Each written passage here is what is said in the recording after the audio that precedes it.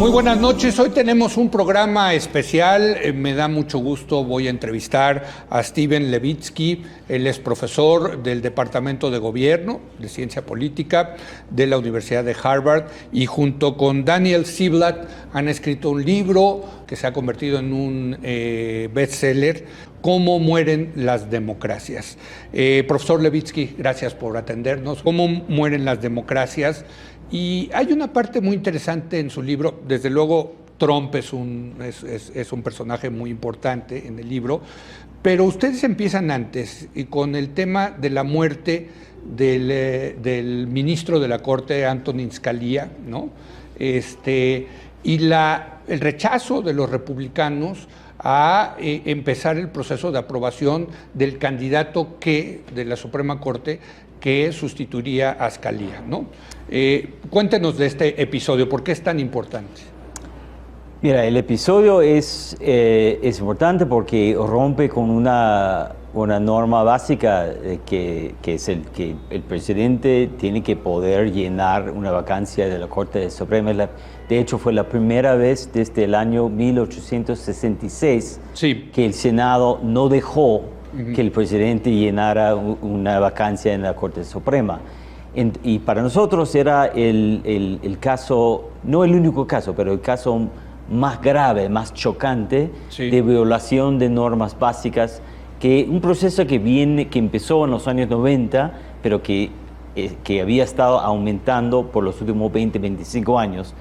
Entonces, para nosotros, el problema no es solamente la elección de una figura, un outsider con instintos autoritarios, que es Trump, sí, pero que el outsider con instintos autoritarios fue elegido en un momento en el cual las normas normas informales, no escritas, sí, que protegían la democracia, estaban debilitándose. Ya estaba listo, digamos, el caldo para un presidente como Trump. Sí, hubiéramos estado mejor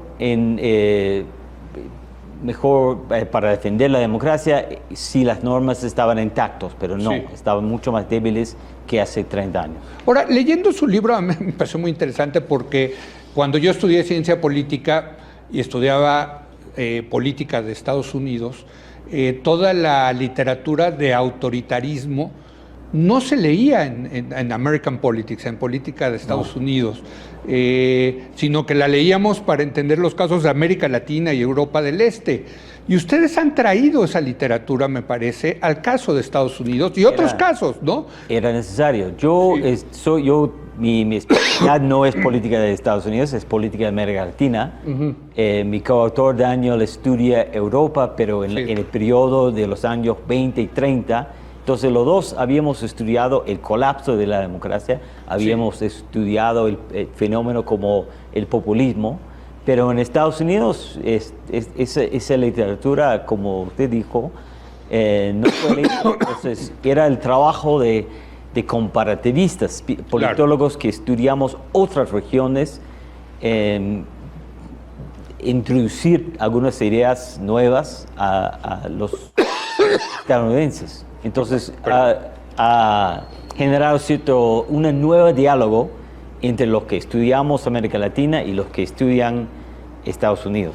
Digo, yo nunca me hubiera imaginado que eso iba a pasar, ¿eh? Nadie. Cuando estudiábamos populismo y autoritarismo y transición a la democracia, nunca me hubiera imaginado que mis profesores de política estadounidense iban a utilizar esta literatura, ¿no? No, fue una sorpresa para todos.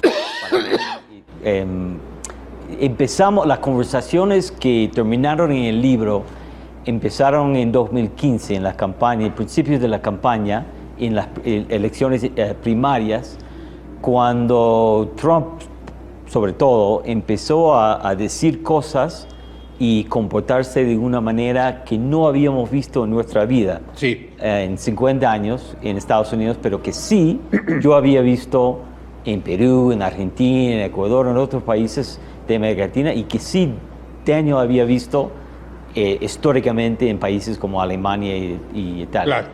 Entonces decidimos, hemos entrado en un terreno nuevo y tenemos que buscar conocimiento de otros países, porque esto es nuevo en Estados Unidos. De hecho, yo quiero confesarle que cuando Donald Trump bajó de aquella escalera de la Torre Trump a decir que iba a lanzarse como candidato republicano a la presidencia de Estados Unidos, y que fue muy duro con México en ese discurso, ese día yo comenté que no había que tomar en serio a Trump, que era un payaso que quería sus 15 minutos de fama y que no nos preocupáramos. Pues me equivoqué, ¿no? O sea, porque no me imaginaba que un personaje como Trump pudiera transitar, pues ya no que llegara a la presidencia de Estados Unidos, que pudiera ser candidato al Partido Republicano. Bueno, usted no fue el único. Todos, Sí. todos los periodistas, todos los politólogos, todos los políticos. Sí, nos equivocamos. Inclusive los líderes del Partido Republicano, todos nos equivocamos. Muy pocos esperaban que él iba a poder llegar a la candidatura, y cuando ganó la candidatura, todos estábamos convencidos que iba a perder. Sí, claro. Pero eso, digo, ahorita regresamos a su libro, pero eso nos habla de que la academia tampoco pudo de alguna manera predecir algo como un fenómeno de Trump, un fenómeno típicamente, como usted dice, latinoamericano o europeo, ¿no? Sí, no, los politólogos no tenemos un muy buen récord de predecir. Podemos explicar las cas que ya pasaron muy bien, Sí, pero predecir el futuro, pronosticar, no, somos muy malos. Igual que los economistas. Así Igual, yo diría quizás peor. Pero es. sí, fallamos por completo. Ahora, una de las cosas que ustedes hablan en su libro es la erosión de las normas, de las reglas del juego y en particular de las reglas no escritas. Esto, yo cuando lo leí dije, pues es que nosotros los mexicanos lo entendemos perfectamente porque el sistema priista estaba basado en las normas no escritas, no en lo que decía la Constitución, sino en las normas, en la otra Constitución que eran las normas no escritas. Claro, la diferencia es que en México antes de 2000 Sí. o antes de los 90, las normas no escritas, las reglas informales Sí. sostenían un régimen autoritario. Correcto. En Estados Unidos antes de 2016, por lo menos las reglas no escritas de lo cual hablamos, Sí. sostenían la democracia. Ujú. O sea, en Estados Unidos tenemos mucha fe, mucha confianza en nuestra Constitución. Correcto. Que es una constitución duradera, que ha funcionado muy bien, pero creo que subestimamos el papel de las normas informales. Pensábamos que todo se debe a lo que está escrito, pero no es así. En parte tiene que ver, la estabilidad nuestra tenía que ver en parte con las reglas escritas, pero también tuvieron mucho que ver las reglas informales. Y dentro de las reglas informales es muy interesante porque lo que ustedes dicen es los partidos jugaban un papel importante, como de gatekeepers, ¿no? Sí. Como cuidando esa democracia. Pero no era muy democrático, que digamos, ¿no? O sea, el poder que tenían los jefes, los voces de los partidos políticos, y eso cambia con las elecciones internas, ¿no? De los partidos. Sí, era un sistema bastante elitista, donde los jefes partidarios, en una manera poco transparente, poco participativa, poco democrática, seleccionaron los líderes. Así eran lo que llamamos los gatekeepers. Sí. Lo negativo de ese sistema es justamente eso, que no era ni transparente ni democrático. Así es. Lo positivo es que los partidos tuvieron un récord perfecto de prevenir demagogos de llegar al poder. O sea, algunos de los seleccionados eran buenos presidentes, otros mediocres, pero ningún outsider, ningún político sin ninguna experiencia, ningún tipo totalmente irresponsable o autoritario, ningún demagogo llegó cerca de la Casa Blanca. Sí, o sea, no hubieran dejado pasar a Trump. No, jamás. No, eso tiene que ver con el sistema que adoptamos en 1900 de primarias. Las elecciones primarias, ¿no? Con el viejo sistema que teníamos hasta el año 72, Trump jamás hubiera llegado cerca de la presidencia. Dicen ustedes que los políticos tipo Trump, demagogos, ¿no? Autoritarios, deberían de ser contenidos controlados por las instituciones, pero muchas veces no ocurre así, sino por este tipo de reglas no escritas, ¿no? Así es, no hay constitución perfecta en el mundo. Exacto. Nosotros en Estados Unidos solemos aprender en el colegio que nuestra constitución es casi perfecto y casi bíblica, pero no es así. Así. Ha fallado muchas veces y cuando tiene éxito, ha tenido éxito, como dijo antes, por el comportamiento de los partidos y también las reglas informales. Así es. Y bueno, ahí en ese sentido, lo que como comenzamos esta entrevista, que una de las reglas no es, bueno, escritas, pero también que honraban los partidos es, se muere un ministro de la Corte, lo nombras luego. No te esperas para ver qué va a pasar en la próxima elección, ¿no? Claro.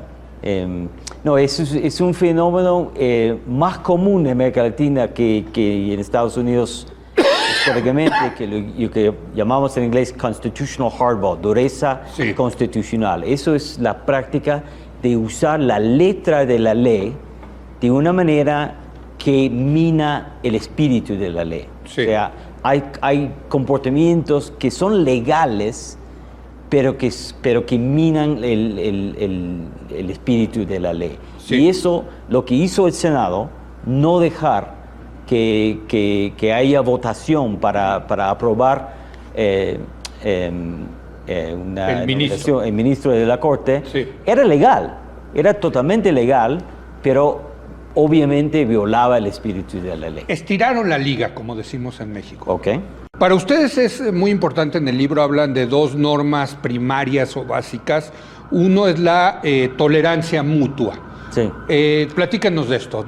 O sea, es condición Es muy básico. necesaria para la democracia. Ninguna democracia puede funcionar sin un mínimo de tolerancia mutua, que es Ajá. básicamente si obviamente hay dos partidos en un sistema o más, los partidos, aunque se odian, aunque estén totalmente en desacuerdo en términos de ideas, de políticas, de programa, Sí. aunque en términos personales no se caigan bien, aunque se odian, públicamente y en privado, tiene que reconocer que el otro partido, que los rivales, son patriotas, que aman el país y que tienen derecho, tanto como yo tengo derecho, de estar en política, de combatir y si ganan, de gobernar.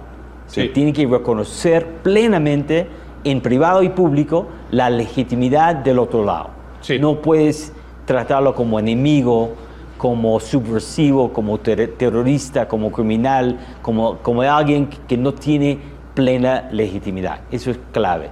Bueno, y es muy importante porque hoy está un partido en el gobierno, mañana el otro partido puede estar en el gobierno, ¿no? Así es, porque lo importante es que si trato a mi rival como un criminal, Sí. como subversivo, como traidor, eso justifica medidas autoritarias, justifica la censura, justifica encarcelar o exiliar o quizás no dejar de participar mi rival, porque si es un criminal, si es una amenaza a la patria, un traidor, no merece los derechos de un partido democrático, ¿no? Ujú. Bueno, aquí en México el presidente López Obrador ha dicho que sus adversarios están moralmente derrotados. Pues hablar así es precisamente tener un lenguaje muy intolerante con los que no piensan igual que él.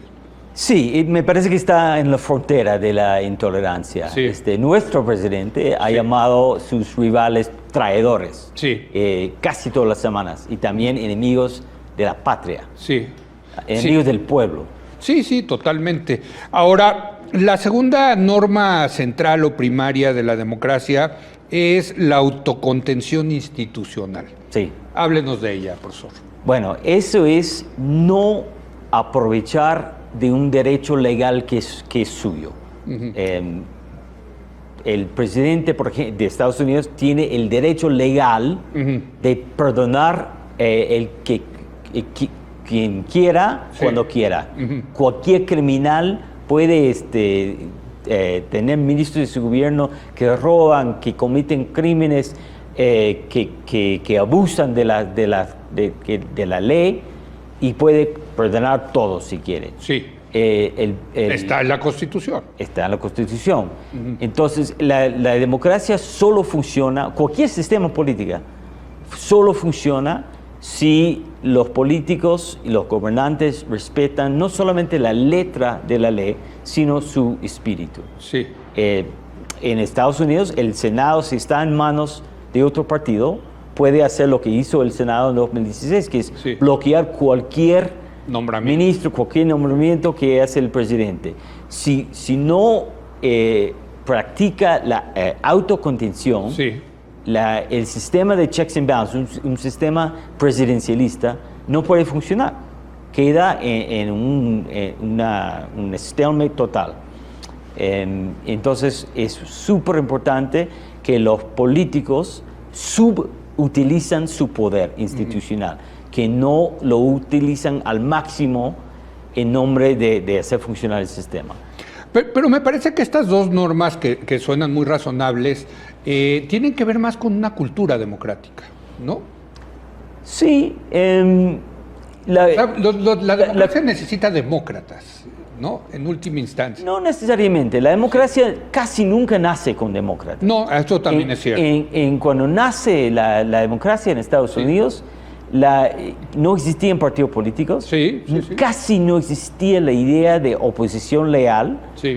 El primer gobierno norteamericano, el gobierno de Washington y después de Adams, no toleraba la oposición, no podía creer que hubo opositores que criticaban al gobierno. Entonces, en el sentido moderno, no eran demócratas. De hecho, a muchos de los constitucionalistas les chocaba la idea de los partidos, ¿no? Sí.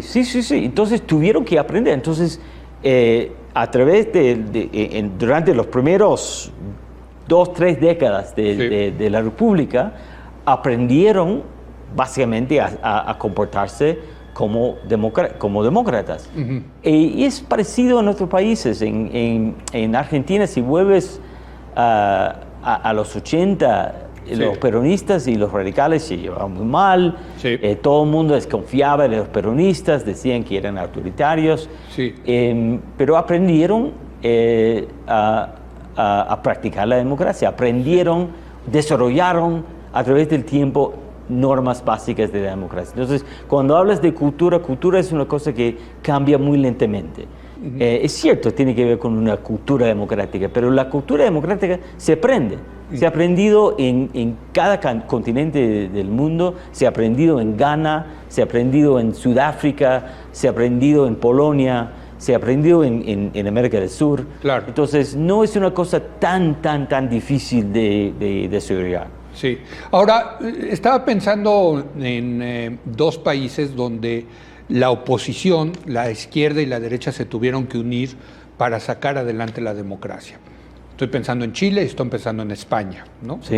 Y ahorita lo que estamos viendo es que es un desastre España y Chile también es un desastre, ¿no? ¿Por qué? ¿Qué pasó? Mira, dos democracias que admirábamos, muchísimo. Todos. Y mira, en los dos países son casos modelos para los politólogos que estudiamos las transiciones a la democracia. Los partidos políticos de centro izquierda y centro derecha en Chile y en España hicieron todo bien. Es como un texto del libro de ciencia política. Envidiable. ¿Cómo? Envidiable, ¿no? Sí. Negociaron, llegaron a acuerdos, compartían el poder. Hicieron todo correcto, pero los acuerdos y las prácticas de una generación no duran para siempre. Te dan 20, 30 años de democracia que funciona, pero surge otra generación, quizás una generación que no se acuerda los costos de perder la democracia en Chile en los años 70, en España un poco en mediados del siglo XX, y entonces los demócratas no pueden descansar sobre sus laureles de hace 20 años. Cada 20, 30 años hay que repensar un poco las normas, las prácticas, las reglas del juego. Es común. Entonces no sorprende que lo que funcionó en Chile en los años 90 y principios del siglo XXI quizás no funciona tan bien ahora. Tienen que repensar las reglas. Creo que Chile, que tiene instituciones fuertes, que tiene un Estado que funciona y que tiene una economía que más o menos funciona, que van a poder profundizar su democracia. No tiene que colapsar todo. Una crisis puede llevarte a un lugar muy mal, como en Venezuela hace 20 años, o te puede llevar a una democracia mejor. Sí. Creo que Chile, yo soy optimista, creo que los chilenos van a poder democratizar su democracia. Yo también, porque finalmente ha sido una sociedad la más próspera de América Latina, ¿no? Y si ve uno las demandas de las calles en Chile, ya son demandas de una sociedad de clase media, ¿no? Sí. Y bueno, hay un tema en cuanto a las transiciones. Lo que los chilenos hicieron muy bien era un proyecto elitista. La élite de derecha y de izquierda, que había estado casi en guerra civil, llegaron a una serie de acuerdos. Y lo llamaban democracia de los acuerdos, que era muy importante para estabilizar y consolidar la democracia. Pero era un proyecto muy elitista. Cuando surgió un problema, la élite del centro, derecha, izquierda, por 25 años, por 30 años, la reacción de los partidos era, bueno, reunión, hablar, negociar, pero no consultar al pueblo. O sea, era la distancia entre la élite y la sociedad civil, el electorado, la gente, era bastante grande. Quizás esa democracia de los acuerdos era necesaria en los primeros años, pero lo que faltaba, era participación, una sensación de parte del electorado de ser realmente escuchado, representado. Eso es el próximo paso.